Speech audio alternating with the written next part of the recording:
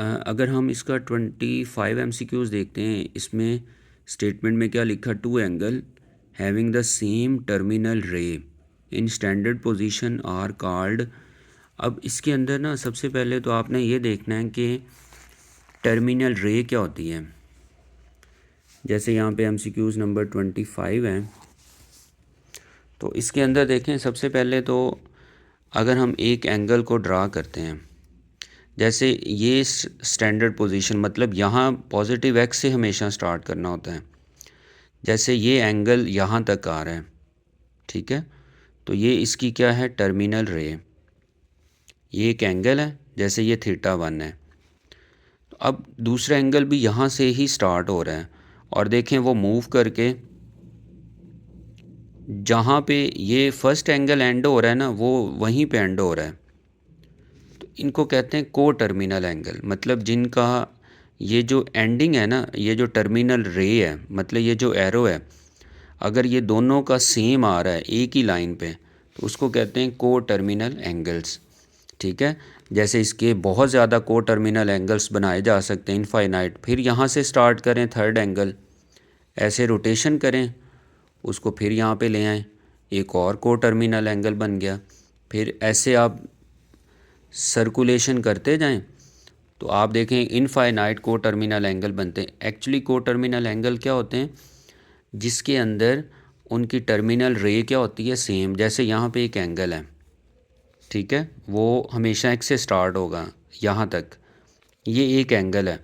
तो इसका मतलब है कि इसका को टर्मिनल कैसे आएगा, वो भी यहाँ एक्स से ही स्टार्ट होगा, लेकिन पहले ऐसे कंप्लीट करेगा रोटेशन 360 की, फिर उसमें इसको ऐड कर देंगे, तो ये इसका को टर्मिनल एंगल हो जाएगा।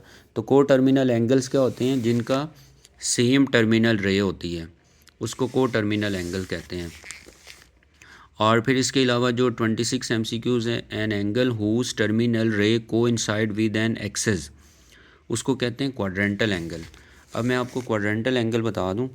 क्वाड्रेंटल एंगल के अंदर कोई भी एंगल है, अगर वो एक्सेस के ऊपर आता है, मतलब एक्स एक्सेस और वाई एक्सेस के ऊपर, जैसे यहाँ ज़ीरो है, लाइन के ऊपर आ रहा है ना, फिर यहाँ पे 90 डिग्री है, देखें एक्सेस के ऊपर आ रहा है, वाई एक्सेस पे 180 डिग्री है, एक्सेस पे आ रहा है 270 डिग्री, एक्सेस पे आ रहा है। तो जो भी इस लाइंस के ऊपर आएगा ना, एक्स एक्सेस और वाई एक्सेस पे, उसको कहते हैं क्वाड्रेंटल एंगल। और वो आपको पता पॉजिटिव भी हो सकते हैं, नेगेटिव भी, ठीक है। या सिंपल वर्ड में ये है, जो भी एंगल है ना उस पे 90 डिवाइड करो, अगर 90 डिवाइड हो रहा है तो वो क्वाड्रेंटल एंगल है। जैसे 180 है, उस पे 90 डिवाइड करो, अगर 90 डिवाइड हो रहा है तो ये जो 180 है ये क्वाड्रेंटल एंगल है। तो क्वाड्रेंटल एंगल क्या होते हैं, 90 के मल्टीपल, या आप इसको ये कह सकते हैं वो एंगल्स जो एक्स एक्सेस की लाइन के ऊपर आते हैं, इनके क्वाड्रेंट के अंदर नहीं आते हैं, इन लाइंस के ऊपर आते होते हैं, उसको क्या बोलते हैं, क्वाड्रेंटल एंगल्स। और फिर इसके अंदर जो नेक्स्ट इसका MCQs है, an angle the measure of quadrantal angle, देखें इज़ मल्टीपल ऑफ 90। तो क्वाड्रेंटल एंगल जो है वो मेजरमेंट है मल्टीपल ऑफ 90 की। और ऐसा सर्कल जिसका रेडियस 1 हो उसको यूनिट सर्कल कहते हैं। और ये पैथागोरियन आइडेंटिटी आपने की है, sine square plus cos square equal to 1 होता है। बाकी आप देखें इसमें ये रॉन्ग है, जैसे इसमें माइनस आ रहा है, इसमें स्क्वायर नहीं आ रहे, तो इसलिए ये हमारे पास आइडेंटिटी फर्स्ट बनती है। और जो बेरिंग है वो हमेशा क्लॉकवाइज मेजर की जाती हैं और नॉर्थ डायरेक्शन से स्टार्ट की जाती हैं।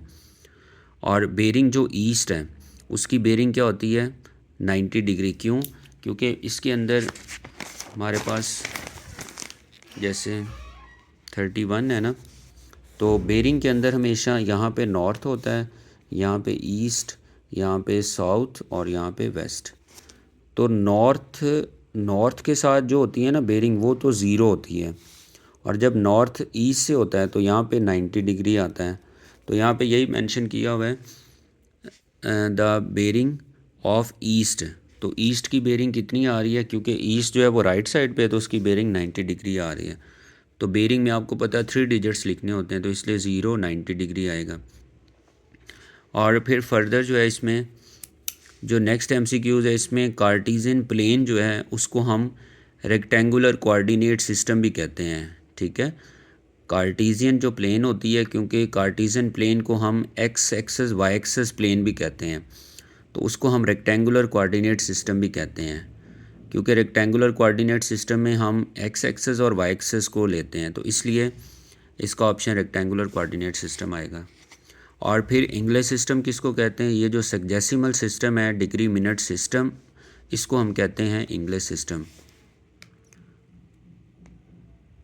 और अगर आप फर्दर एमसीक्यूज़ में देखें तो रेडियन जो है ना वो हमेशा मेजर किया जाता है सर्कुलर सिस्टम में, तो ये आपने याद रखना, क्योंकि इंग्लिश सिस्टम में डिग्री मिनट सेकंड होता है, तो रेडियन मेजर किया जाता है सर्कुलर सिस्टम में, क्योंकि ये फ्रेंच सिस्टम और मेट्रिक सिस्टम ये इस 9th क्लास में नहीं है।